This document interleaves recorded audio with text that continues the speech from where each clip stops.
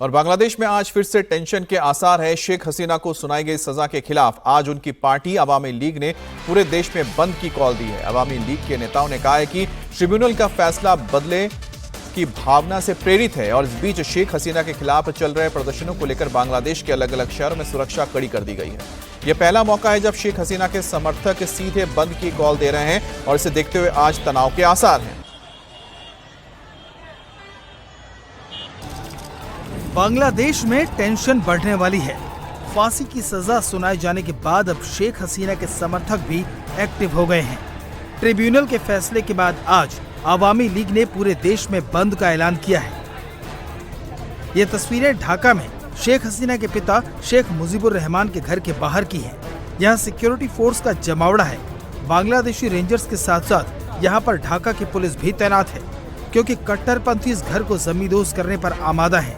सोमवार को ट्रिब्यूनल द्वारा शेख हसीना को सजा सुनाए जाने के बाद मोहम्मद यूनिस के समर्थक बुलडोजर और मशीनें लेकर इसे तोड़ने के लिए आ गए, लेकिन अब तक डिफेंसिव दिख रहे हसीना समर्थक भी हरकत में आ गए हैं। आज पूरे देश में बंद का कॉल दिया है।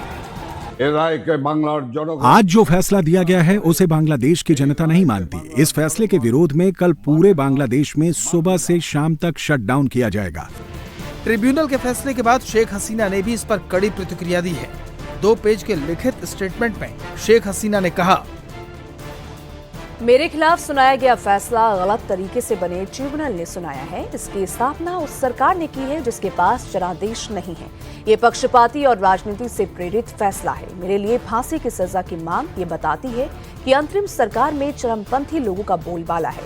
ये प्रक्रिया देश की निर्वाचित प्रधानमंत्री को हटाने और आवामी लीग को राजनीतिक तौर पर खत्म करने की बेशरम और जानलेवा इरादे को उजागर करती है।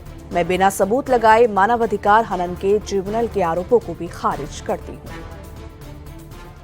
हम ये साफ तौर पर कहना चाहते हैं कि जब तक ये अवैध यूनुस सरकार पीछे नहीं हटती तब तक ये संघर्ष जारी रहेगा। मैं बांग्लादेश के हर एक नागरिक को बांग्लादेश के प्रधानमंत्री, नेता और शेख मुजीब की बेटी की तरफ से सलाम भेज रहा हूँ। इस जालिम सरकार से मुक्ति के लिए सड़क पर आओ। यूनुस सरकार को इस्तीफा देने के लिए मजबूर करना पड़ेगा। मैं सभी योद्धाओं से कहूंगा कि वो इस लड़ाई को जारी रखें, इस संघर्ष को और तेज करें।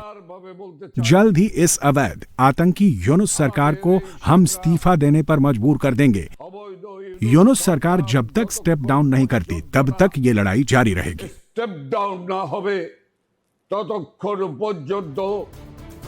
ट्रिब्यूनल के फैसले के बाद यूनिस सरकार भी एक्शन में आ गई है। बांग्लादेश सरकार ने भारत से शेख हसीना और असदुज्जमा के एक्स्ट्रेडिशन की मांग को फिर से दोहराया है।